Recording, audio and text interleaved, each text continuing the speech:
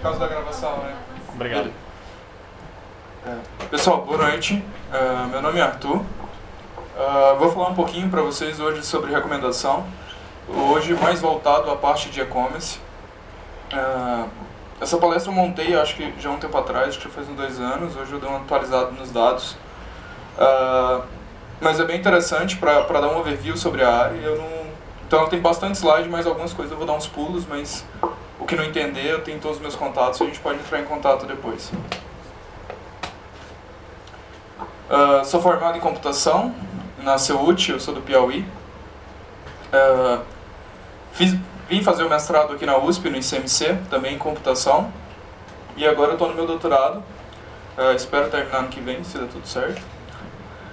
Meus contatos estão ali do lado. Atualmente eu migrei, mas eu mexi em C e em R. Hoje eu sou programador Python, mais fluente do que em C. Me aplico à área de sistemas de recomendação exclusiva hoje. E para isso eu mexo bastante com classificação e agrupamento de dados junto à recomendação.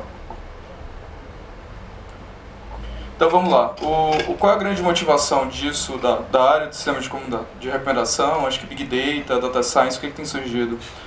Acho que principalmente a web, por causa da divagação de informação. Então, a partir da década de 90, teve o boom né, de grandes sistemas, de grandes empresas nesse sentido de compartilhar, de ter informação, de obter informação.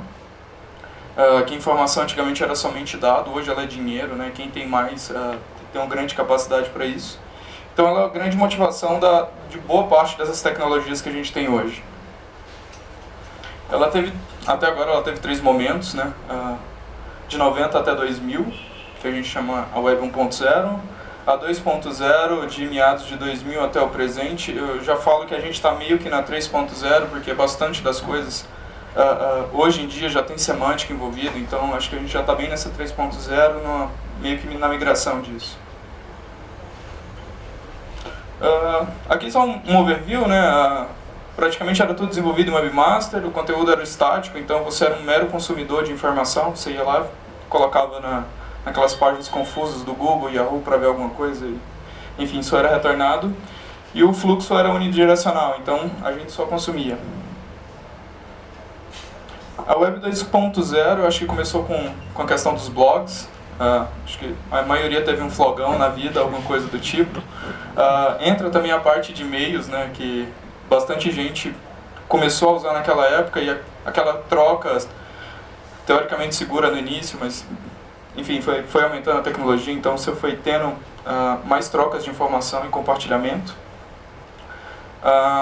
Acho que 99 para 2000 a parte de redes sociais. O Orkut é novo, para quem não sabe, mas já está antigo para a gente, mas foi um boom também, principalmente aqui no Brasil, e esse fluxo bidirecional de informação. Então a gente deixou de simplesmente consumir, de fazer buscas, para simplesmente quando não achasse alguma coisa a gente poder escrever e compartilhar o que a gente tinha. E aí chega o quê? Chega a Web 3.0, que além de a gente compartilhar com informação, a gente compartilhar informação que tem valor. Simplesmente, para ter uma ideia mais clara do que é a web semântica, no teu nome na web hoje, por exemplo, Arthur Fortes ele não é só um nome. Ele tem um link para o Facebook, ele tem um link para o Twitter, ele tem um link para o LinkedIn, e todos esses links eles estão conectado com dados, com informações minhas. Então, quem for puxar sabe onde eu estudo, onde eu moro, onde eu resido, se eu trabalho ou não. Então, a internet 3.0, ela quer te dizer isso. Um dado, ele não é simplesmente um dado. Ele é um dado enriquecido, né? Ele tem uma semântica por trás. E com isso começaram a crescer e se desenvolver as bases mundiais. Então, a gente tem o Wikidata, que é o grande exemplo da Wikipedia, né, que tudo está ligado a tudo, que é a ideia que eles querem desenvolver. Então, quando você busca um filme, você já vai ter todos os diretores e assim por diante. Então, meio que aqui, passar. Então, um pouco para a gente ver como é que funcionava isso, né,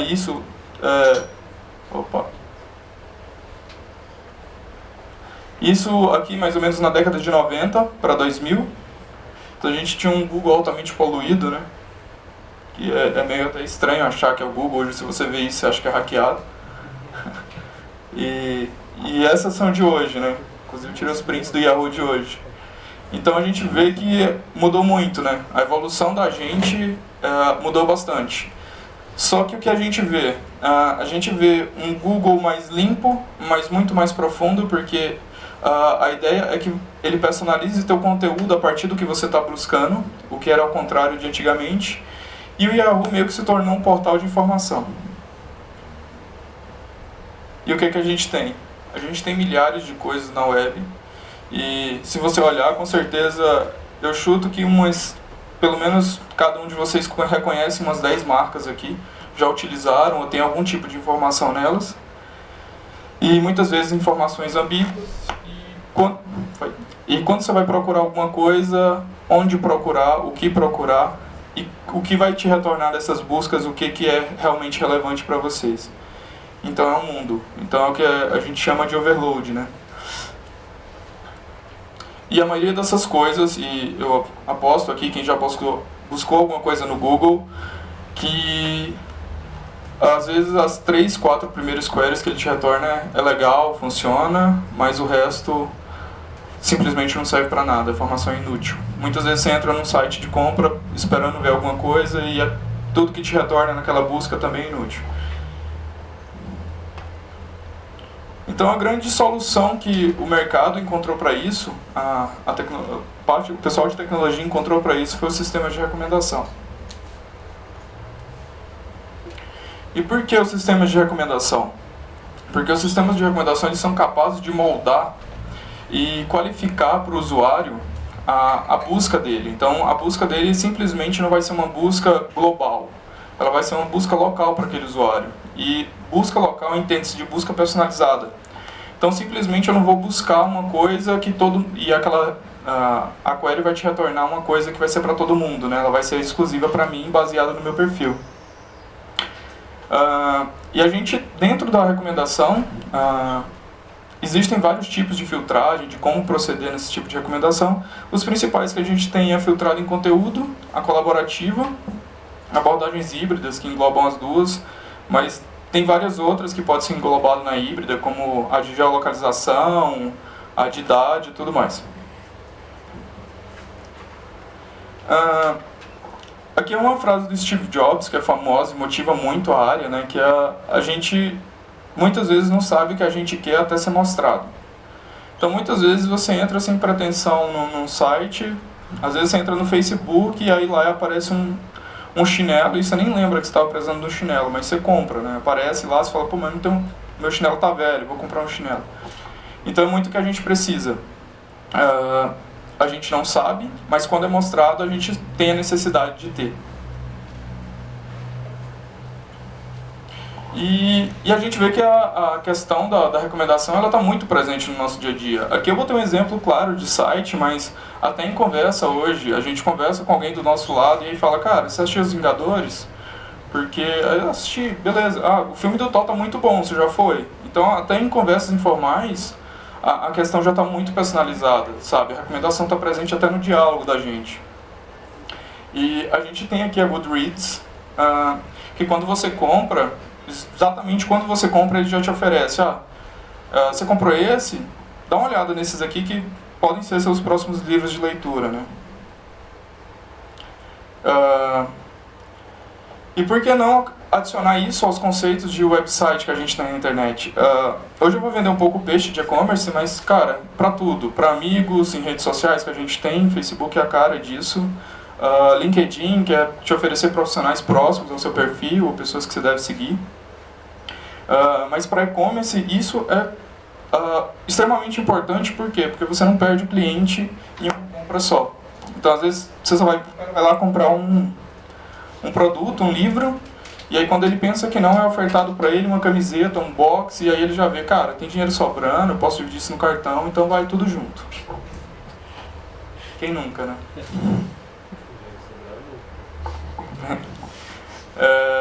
Não tem dinheiro sobrando, mas tem no cartão. Aí, quando tiver limite, a gente vai indo, né? Então a gente tem esse problema. que é o principal problema que motiva muito a área de recomendação, que é a sobrecarga. Então a gente tem milhares de artigos, produtos, postagens, até hoje a gente já está com um número enorme de categorias em cada tipo de venda, filmes, produtos. Isso não para. A gente vê que hoje, vê a diferença dos anos 90, quantos filmes grandes eram lançados por ano. Eu lembro que para um filme sair do cinema para passar na sessão da tarde era 2 ou 3 anos. Hoje tem filme passando na sessão da tarde que passou 2 anos atrás. Então você vê que o cinema está lançando muita coisa, artista está surgindo muita coisa underground e Spotify, todas as redes sociais de músicas e tudo mais está expandindo bastante. Aqui tem um dado de 2007, que 2/3 dos filmes assistidos da Netflix, ou seja, um número gigantesco, ele é provido da recomendação. Então o cara, em vez de simplesmente procurar, né, é engraçado, tem uma propaganda nos Estados Unidos, Netflix, que eles desafiam a pessoa a assistir um filme procurando por ele por menos de 40 minutos. Né? Então o cara gasta mais de 40 minutos para procurar um filme. 38% das vendas da Amazon, elas vêm de recomendação também. Isso conta tanto as vendas conjuntas, que o cara procurou alguma coisa e recebeu uma recomendação e comprou junto. Enfim, todo esse valor está aí. A Smart Hint, em 2012, ela fez toda uma pesquisa em cima de sistemas de recomendação, porque realmente estava bem alta. Foi no início que começaram a ver o retorno de tudo isso. E elas pegaram o faturamento da Amazon de 3 meses e foi aquela transação da Amazon, que eles implantaram um novo sistema de recomendação, que eles botaram praticamente o sistema de recomendação até no footnote da página lá, né? E eles viram que saltou de 9,9 para 12,83 bilhões com as novas ferramentas, né? Então, assim, o que tem recomendação hoje em dia? Como eu falei para vocês, praticamente tudo, né? O YouTube ele começou devagarinho, com os vídeos recomendados em 3 linhas lá em cima. Hoje a primeira página dele é praticamente tudo recomendação. A Last FM, eu acho que é uma das pioneiras, para quem usa há muito tempo vê isso. Amazon, Netflix, Facebook e tudo mais. Então o que pode ser recomendado? Acho que praticamente tudo que você quiser, né? Hoje, se você tiver um site de notícias, você recomenda notícias. Se você tiver filme, você recomenda filme. E não obrigatoriamente para venda, mas praticamente tudo que você quiser. Alimentação, lugares. Inclusive a Trivago já aplica muito nisso, as bases deles estão liberando, então quem quiser usar, fica à vontade. E como esses sistemas funcionam, né? Eu não sei muito como é que está meu tempo. 12, tá. Primeiro você tem que entender os dados. Acho que é mais importante, né? Quando você tem um sistema, você tem que saber como o usuário interage com ele, como ele fornece informações ou como ele consome informações. Então, e o que você tem disponível no teu site? Então, para fazer a recomendação, você precisa basicamente de quê?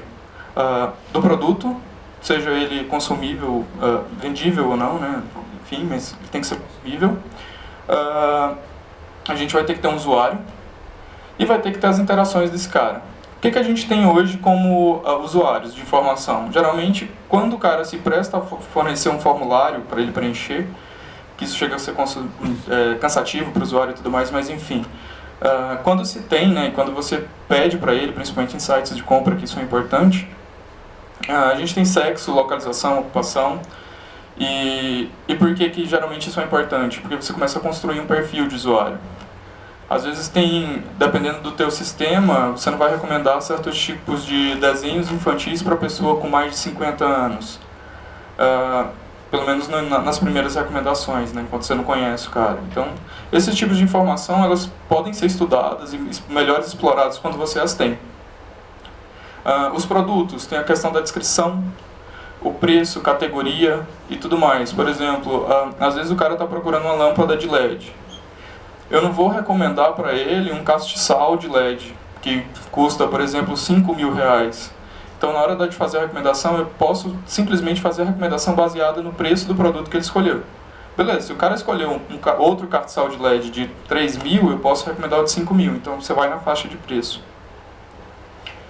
E, por fim, as interações que os usuários fazem com aqueles produtos. Ultimamente, o que tem sido mais comum, e principalmente nas bases que são disponibilizadas para a gente brincar, e que o interessante dessas bases de recomendação é que elas são reais. Não é simplesmente as bases de... que a gente estava até brincando ontem, né? Teve um evento e a gente estava conversando.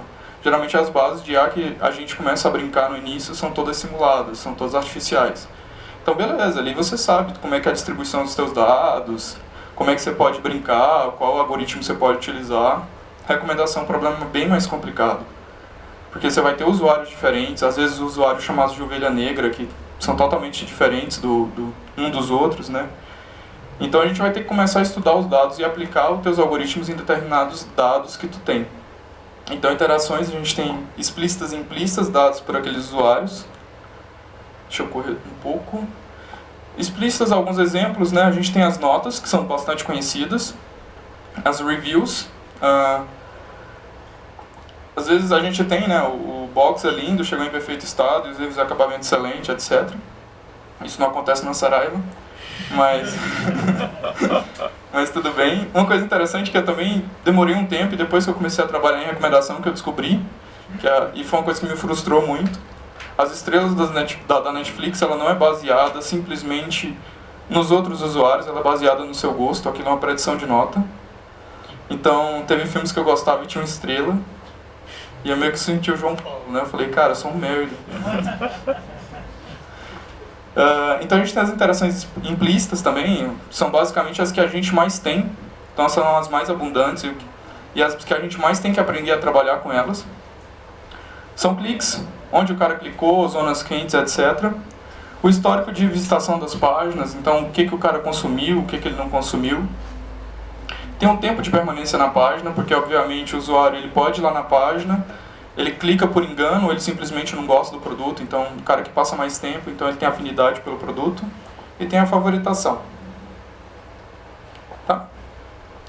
Então a gente tem dois tipos de abordagem. Uma foi da que eu acabei de falar para vocês, que é a predição de notas, onde simplesmente o sistema ele prevê qual nota o usuário daria para um item, e aí ele pode ranquear aquilo, etc.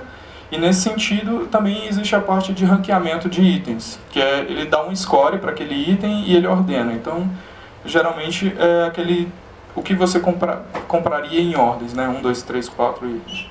Ultimamente tem se utilizado, principalmente na área acadêmica e em sites, né? Que é meio que aliado a isso, um ranking de 10 a 15, porque falam que mais de 15 itens a ser retornados você não vai mais prestar atenção a isso. A gente tem, como eu falei, os tipos de filtragem e recomendação. Então tem a baseada em conteúdo, que ela vai ser exclusivamente baseada, dado que um usuário acessou um filme, ele vai pegar as características daquele filme e procurar outro filme que tem aquelas características e retornar para o usuário. Então a gente tem um Capitão América, e a gente vê que tem um Avengers lá que é parecido, então a gente pode... E ele vê o Capitão América e Thor, né? O Avenger é parecido com os dois, porque tem os dois personagens, e ele retorna para a pessoa. A gente tem os grandes problemas que a gente tem aqui é a sobreespecialização. Ele pode até gostar do item, né? Por exemplo, o cara está no Netflix e ele só assiste filme de terror. Então, nesse contexto, só vai ser retornado filme de terror para ele. Então tem essa questão da sobreespecialização. Nunca um outro filme de ação, etc., vai voltar para ele. Tem análise limitada de conteúdo. Como eu falei para vocês, hoje é extremamente caro e acho que as outras palestras que já tiveram e as que vão vir vão falar um pouco, vão tocar um pouco nisso, né? Como é difícil você fazer crawler em cima de informações e armazenar essas informações. E às vezes, dependendo, por exemplo, quantas vezes você chega para comprar um produto e a descrição do produto está em 2 linhas. Então é extremamente complicado você fazer essa análise de conteúdo. A gente tem a filtragem colaborativa, né, que ela difere um pouco, mas mantém o sentido da recomendação, que é baseado no que usuários similares a você assistiram, ele vai te retornar. Então, esses dois usuários eles assistiram Capitão América e Thor, então eles são similares, né? Eles gostam de assistir as mesmas coisas.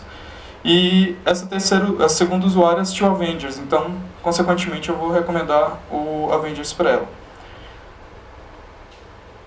Os principais problemas que a gente tem a esparsidade, que ela também ataca um pouco do conteúdo, né? Então a gente, meio que em recomendação, a gente representa de forma tradicional os dados da gente em matrizes. Então a gente tem usuários por item, e cada célula dessas matrizes vão ser informações. Então, se você tiver uma base com grandes usuários, muitos usuários, né, perdão, e muitos itens, e você tiver poucas interações ali que cada um fez, você vai ter uma matriz extremamente vazia. Então, um usuário, por exemplo, vamos dizer que a gente tem 10 mil usuários e 15 mil itens. Daí, o Arthur vai lá e entra no sistema e faz duas interações. Então, o vetor dele vai ser 1 por 15 mil. Então, você vai ter 14.998 espaços vazios. E é altamente complicado você definir o perfil de um usuário em cima dessas duas interações, né? Tem a questão dessa partida fria. Como a gente não conhece novos usuários, a recomendação vai ser ruim, porque é difícil você determinar o gosto de um usuário a partir de pouca coisa que ele avaliou. Itens novos eles vão ser difíceis de ser recomendados, porque dado que ele só vai ser recomendado se outro usuário tiver visto ele, se ele for novo ninguém vai ter visto. Então como é que eu vou recomendar aquele item, né? A gente tem os sistemas híbridos, vou passar rapidinho, porque isso é basicamente a ideia dele é suprir as falhas dos outros, né? Tentando completar aquela matriz de alguma forma. Aqui tem um pouco de como são avaliados, eu vou pular essa parte, mas caso de dúvida vocês podem perguntar depois, mas a gente tem a parte da avaliação offline, que como a gente geralmente tem muita informação, a parte dos métodos que a gente aplica, ele tem que ser avaliado offline, porque é muito pesado. E depois sobe-se as recomendações e a gente pode avaliar ele de modo online, né? Que aí é por clique, por consumo, tempo e aceitação dos usuários. Por onde começar? Quem quer começar a estudar essa área? Ano passado foi lançado esse livro do HWall. É um livro muito bom, assim, ele ficou muito completo. Tem o do Rich e do Adamovicius. O Adamovicius acho que foi atualizado em 2015, mas esse livro é bem mais completo. E eu recomendo bastante porque ele engloba até os problemas novos, adicionais que têm surgido na área de recomendação. E para quem quer começar do zero, ele é bem mamão com açúcar, assim, desde o início. Artigos de conferência é uma coisa que eu acho legal. Geralmente os artigos de recomendação eles são bem didáticos e eles gostam de falar o problema é esse, a gente soluciona assim, as bases de dados da gente são essas, geralmente eles disponibilizam as bases de dados, então você consegue entender bem o problema e às vezes até se você é leigo, você consegue implementar aquilo na mão sem dificuldade. Então tem o RecSys, que é a principal área, né, a principal conferência que a gente tem. Tem um KDD, tem um WebKD, o Seguir, tem o SAC, etc. Tem bastante coisa. Algumas ferramentas, das mais conhecidas a gente tem uma Media Lite, que já tem bastante algoritmo implementado nisso. O Lenskit, que ele fornece, na verdade, funções para você implementar seu próprio recomendador. Tem o Case Recommender, que é meio que minha ferramenta, né, que não é minha ferramenta, que foi desenvolvida durante o mestrado e uma parte dela durante o doutorado. E espero contribuidores em breve, mas ainda preciso de tempo para mexer. E é o que não tem me sobrado, mas uma hora dá certo. Mas os algoritmos funcionam. Tenho 7 minutos para falar um pouco de e-commerce. Vamos lá, vou tentar correr um pouco, mas se ficar dúvida vocês podem perguntar, não tem problema. A cadeia do e-commerce ela funciona mais ou menos assim, né? A gente tem a parte de comparadores de preço, perdão. Isso principalmente na Black Friday, quando começaram a se instalar na Black Friday Brasil, deu um boom, né? Então Zoom, Buscapé, etc. Tem trocentas marcas hoje que fazem isso, né? A parte do e-mail marketing, que nada mais é aquela que vai para o spam. A logística de como distribuir, então no Brasil a galera melhorou muito, principalmente eu acho que esse ano, se alguém comprou alguma coisa em Black Friday, eu acho que foi 100% ok, pelo menos nas minhas compras. Tá melhorando muito, assim, mercado nacional. Mídias sociais, que eu acho que desde que a primeira empresa começou a fazer, eu acho que deu bastante resultado de retorno. Eu vi isso, assim, quando eu trabalhava em portal de notícia lá no Piauí, quando foi meio que começou esse boom, né, de todo mundo querer ter uma page no Facebook para divulgar as coisas. E a gente viu o tanto que crescia de acesso no portal por dia quando a notícia era compartilhada. Então o fluxo do portal tinha dia que chegava de 80% vindo do Facebook. É espantoso, assim, sabe? E era meio que gratificante pra gente que começou a promover isso. A parte de pagamentos online, parte de segurança, web analytics, plataformas, a parte de SEO e a parte que eu vou tentar entrar aqui e falar rapidinho com vocês, parte de sistemas de recomendação. Aqui tem algumas expectativas de quando você vai tentar trabalhar um pouco com a empresa, né? Quando você vai implantar o sistema de recomendação, geralmente o pessoal quer que você faça um script, um algoritmo que é compatível com tudo, né? Só que você fala, cara, compatível com tudo, se você encontrar, você me fala que eu compro. Né? Porque é praticamente impossível, mas aos poucos você consegue adaptar a ferramenta para que consiga usar de tudo, mas não ser compatível, né? Mas criar meios que consiga fazer a compatibilidade. SEO e soluções de segurança, porque a parte de recomendação ela tem uma parte meio obscura, que é a parte de você coletar dados, né? Então, você coletar dados sem a ciência do usuário, às vezes ela pode te dar uma complicação. A geração de relatórios, então, ninguém quer implantar nada numa empresa sem saber se aquilo dá retorno, quanto tempo de retorno e como te dá retorno, né? Porque é muito fácil você dizer que a venda aumentou, mas por onde veio a venda? Às vezes a venda só aumentou por causa de um período de 13º e não de recomendação. Tem a parte do front-end atraente com identidade, né?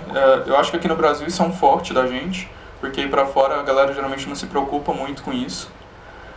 Então acho que um ponto forte do Brasil é justamente essa parte do front-end. A flexibilidade e essas ferramentas de personalização, que é justamente quando o cara entrar no site, ele saber que aquela página é dele, não é uma página que qualquer pessoa vai ver.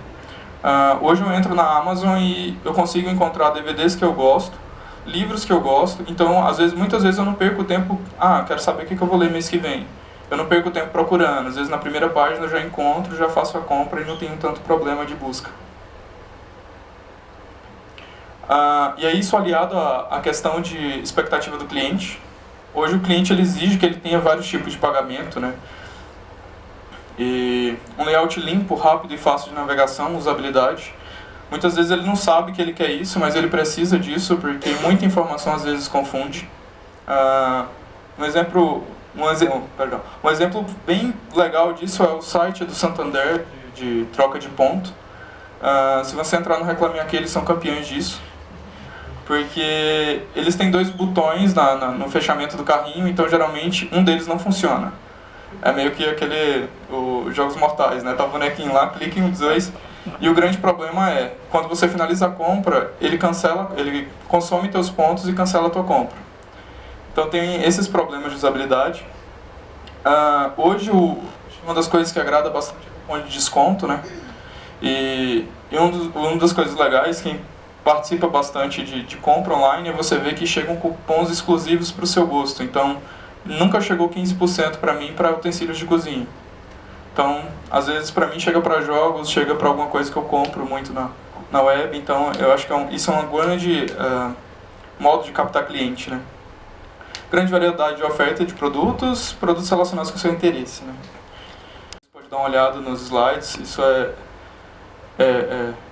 acho que mais trivial, né? Deixa eu passar. Os principais desafios que a gente tem hoje em dia é basicamente esse cálculo, né? Que é o número de compras sobre o número de visitantes únicos. Quer saber quantas pessoas entraram no teu site ou quanto tu conseguiu vender com aquilo, né? Então, baixas taxas de conversão é igual a baixo envolvimento.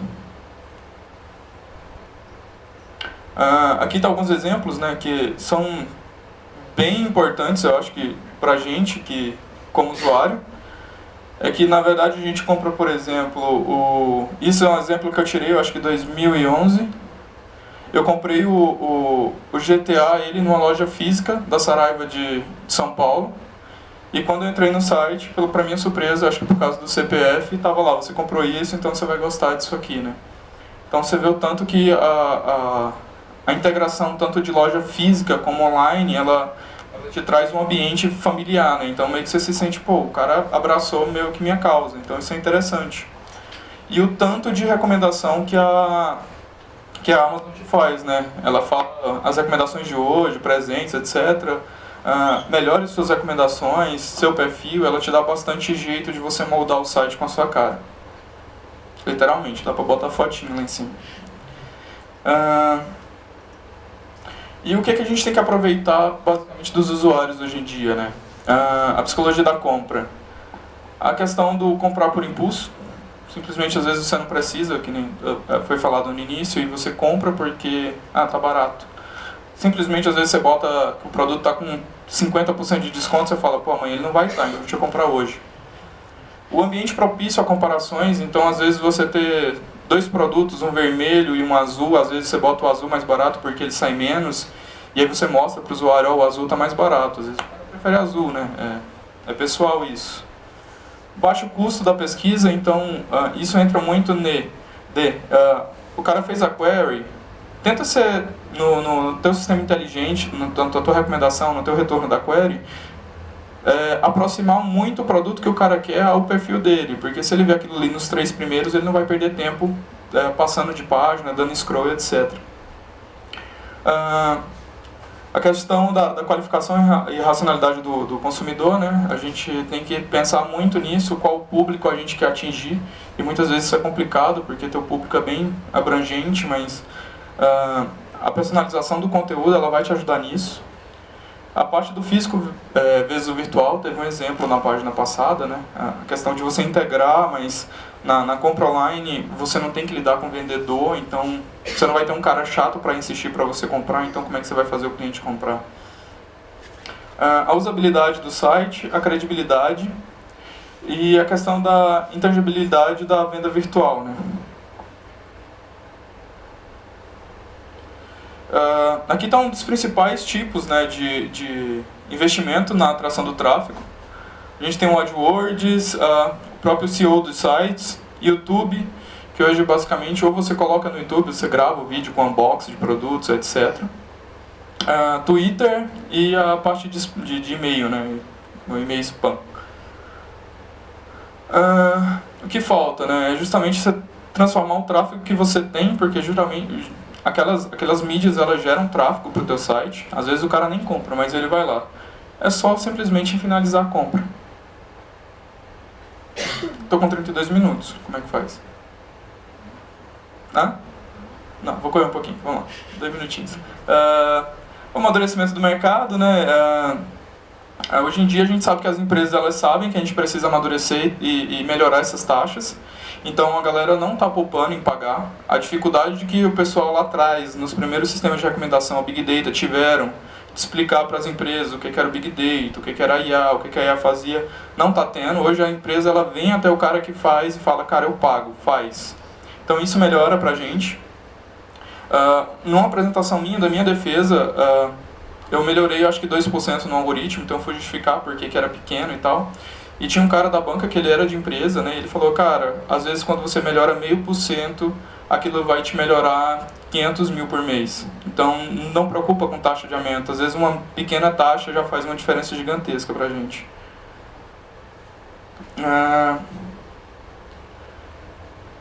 A gente tem que se importar também com a parte de personalização, justamente porque você não está vendendo para computadores, né? Então você tem que saber como é que você apresenta para eles a recomendação. A principal forma de melhorar o tráfego de conversão, que é a ideia da palestra, é usar a recomendação, né? Porque você vai personalizar o que o cara está querendo consumir. E eles podem ser facilmente aplicados, às vezes na página de compra, às vezes na tua página inicial, numa barrinha em cima de toda a tua página, se você não quer modificar tudo, mas, sei lá, cria 40 pixels lá no topo do teu site ou na barra de baixo para gerar recomendação. Isso já melhora a personalização do teu próprio site. Deixa eu pular isso. Aqui é mais ou menos como funciona, né? Que você captura a informação sobre produtos, as informações do usuário, você aplica o algoritmo de recomendação, mostra os itens recomendados, e aí é mais ou menos correr para o abraço, né? Que você vai só monitorar e analisar aquela efetividade da recomendação, e se isso não for bom, você volta lá para cima para avaliar por que teus dados não foram efetivos ou não funcionaram. Aqui as abordagens de novo, e aqui algumas novas, né, que é cross-selling, que é justamente as voltadas para e-commerce, que é a venda de um item adicional, você compra e ele recomenda outro. A de comportamento, né, que é você usa informações comportamentais, então se o cara ele mudou de romance para ação, você fala, você realmente gosta de ação, então a gente tem esses itens aqui, por exemplo. E a híbrida que utiliza mais dessas. Aqui é aquela ideia do Steve Jobs, né, eu não tenho ideia do que eu estou fazendo. Às vezes você entra num site e você só está num site de compra porque você clicou aleatoriamente lá, estava no Facebook, clicou, entrou, começou a utilizar. Então às vezes o cara clica aleatoriamente, entra, você oferece alguma coisa que ele gosta, ele compra. Então de ocorrer, os benefícios, tal. Aqui são alguns principais pontos, né, que é o recomendado para você hoje, novidades para você, em breve, mais vistos, mais comprados e os últimos produtos visualizados. Na página do carrinho de compra vocês podem utilizar isso aqui, quem comprou X também comprou Y, quem viu X comprou Y, quem viu X também viu Y, os mais populares, produtos relacionados ou similares. E isso tudo agregado ao valor de uma publicidade bem feita, né? Às vezes você vê hoje no Facebook que às vezes você compra um chinelo na Netshoes, um tênis, você passa 15 anos com aquela propaganda de tênis no Facebook, né? Então, recomendação do processo de checkout, alguns exemplos só que eu vou dar, a taxa está elevada de desistência. Isso é dado porque muitas vezes o cara acaba encontrando outro produto mais barato, ou a parte de venda não é tão segura quanto ele achava. E aqui tem algumas dicas, então quem quiser olhar, para melhorar muito a parte de chatbox, que tem crescido muito no mercado. Mostrar passo a passo, né, ícones de pagamento, enfim, tem algumas dicas aqui. E principais informações, né, o faturamento da Amazon, ela chegou a 34,20 bilhões. Um terço disso foi gerado da recomendação, então não é pouca coisa. O faturamento por recomendação em 2010 foi de 11,40, né, 18,40 bilhões no ano seguinte. Aqui um comparativo básico, né, que o faturamento do e-commerce brasileiro foi de 14,80 bilhões. Então você vê que comparado à recomendação da Amazon, a Amazon tem uma economia muito maior do que a do próprio e-commerce brasileiro. Isso é meio que humilhante, mas enfim. Então a gente não faz dinheiro, né, quando a gente vende produto. A gente faz dinheiro quando a gente ajuda o cara a tomar decisões nas compras. Enfim, deixa eu passar logo pro finalzinho. E meio que é isso, pessoal. Desculpa pelo tempinho a mais. Não foi muito minha intenção, mas aconteceu. Acho que os slides vão ser disponibilizados. Caso alguém tenha alguma dúvida, tem minhas redes. Tem um site também que vocês podem entrar em contato. E é isso. Obrigado.